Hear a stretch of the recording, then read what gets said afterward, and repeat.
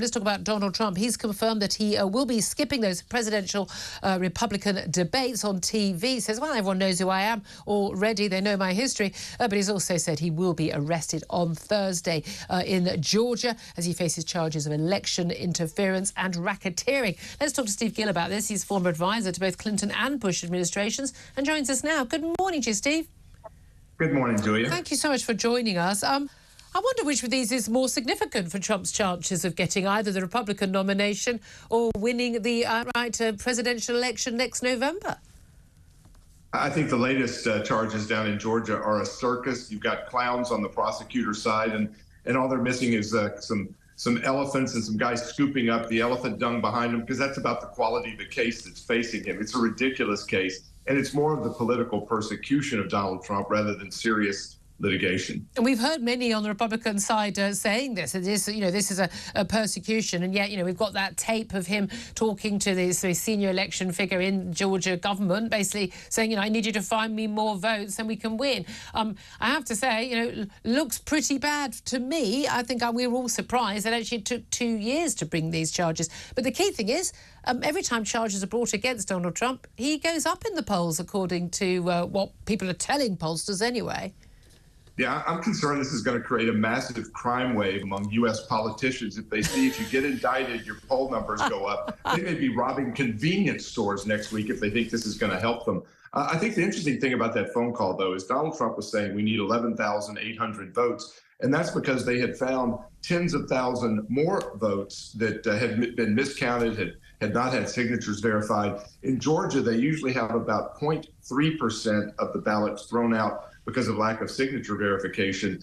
They have 3%. In this case, they had 0.3%. So they really weren't doing the verification process. So there were more than 11,800 votes out there that could have been found for Trump. That's what he was talking about. OK. And in terms of him being arrested, appears in court, with the perp walk we always hear about, photographs, fingerprinting. In fact, actually, a lot of this never happens because, of course, we know who he is already. But in terms of him not appearing, only seeing him when he decides to make an appearance at a rally or in court, or outside a court, but not appearing in presidential debates. Is that going to hurt it? Because we've already had campaign videos from some, including Ron DeSantis, basically saying, he's running scared of debating fellow candidates. His argument is, I don't need to debate fellow candidates. Everyone knows who I am and they know my record.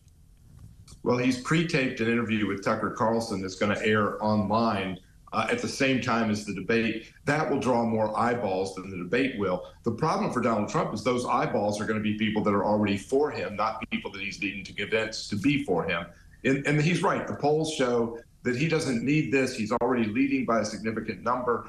He's up by about 20, 25 points over his adversaries in Iowa and New Hampshire, where the first challenges will be. But being at 42% means 58% of Republicans aren't yet for him.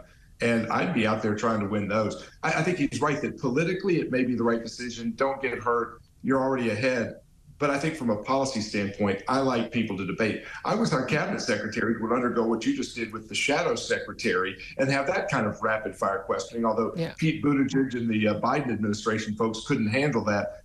But you ought to be in the free fight. Absolutely. I think if he tried to get dodge, if he ended up being the Republican candidate and he tried to dodge the actual TV debates that we've seen as being an absolute key part of the US presidential election system, I think voters will think very dimly of him. Just finally, can we talk about the current president, Joe Biden? He and his wife Gill, the First Lady, travelled to Hawaii 2 weeks after those Hawaiian fires in Maui. We've got 850 people still missing. Absolute devastation of that island, and at least 114 people there. But a lot of criticism of the president for taking so long. Yeah, you couldn't even muster a comment from the president with literally, perhaps the death toll is going to rise to 800. Wouldn't even comment. And he's never been to East Palestine, Ohio, where there was a major train derailment, almost a year or so ago. So this is a president that branded himself as Mr. Empathy and couldn't show even a comment of empathy for this horrific tragedy in Hawaii. Indeed. Steve Gill, thank you so much for joining us, former advisor to Clinton and Bush administrations in the White House.